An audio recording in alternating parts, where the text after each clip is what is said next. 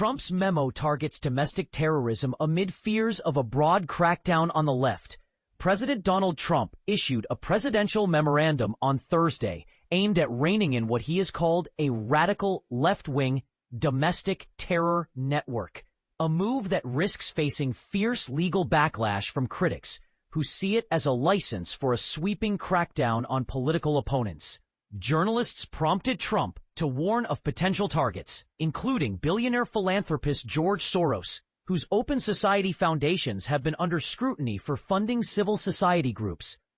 He also mentioned Reid Hoffman, a venture capitalist, suggesting he could be among those targeted. Earlier, the Open Society Foundations had criticized reports that the Justice Department was planning to target the group, calling Trump's administration's actions politically motivated attacks on civil society. ACLU Director Hina Shamsi condemned the memo as a reckless attempt to label nonprofits and activists as domestic terrorists, warning that it undermines First Amendment rights.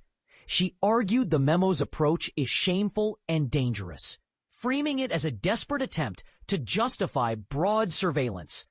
The memorandum, presented as a comprehensive strategy to investigate and dismantle organized political violence, was part of an administration-wide initiative involving the FBI, DOJ, and Treasury.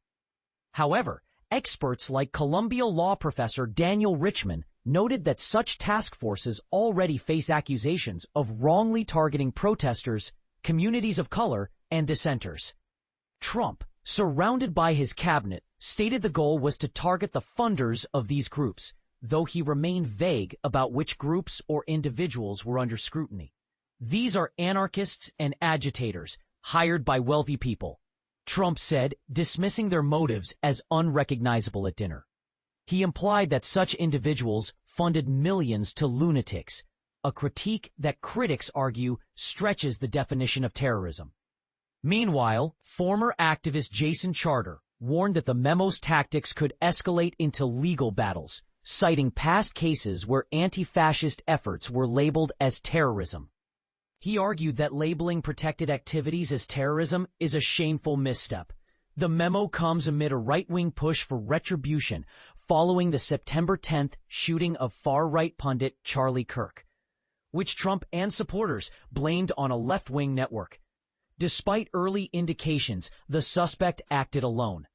It followed the deadly Dallas ICE facility attack, where a bullet inscribed with anti-ICE killed one detainee and injured two others. Trump's administration has since labeled Antifa, a loose network of groups involved in confrontations with the far right, as a domestic terrorist organization, a move critics argue lacks evidence. The memo ties together a series of unrelated incidents, including a 2022 assassination attempt on Supreme Court Justice Brett Kavanaugh, the December 2023 shooting of United Healthcare CEO Brian Thompson, and failed attempts on Trump's life. White House Deputy Chief of Staff Stephen Miller hailed the initiative as historical and significant, calling it the first all-government effort to dismantle left-wing terrorism and Antifa. He described the Joint Terrorism Task Force as the central hub, emphasizing that entire systems of feeder organizations fund harassment, doxing, and intimidation against public officials.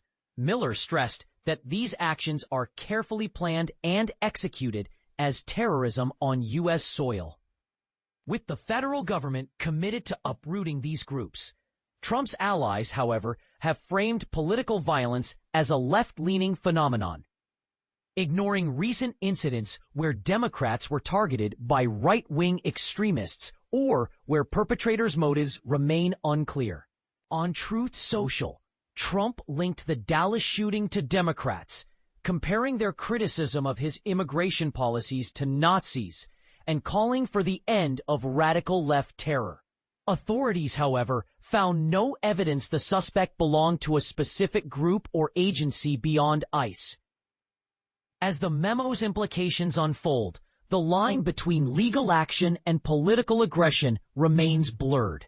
Critics argue that labeling groups as terrorists without concrete evidence is a dangerous precedent, while supporters see it as necessary to combat perceived threats to national security. The debate over whether this approach aligns with constitutional principles continues to spark discussions, leaving many questioning whether the line between activism and extremism is becoming harder to draw.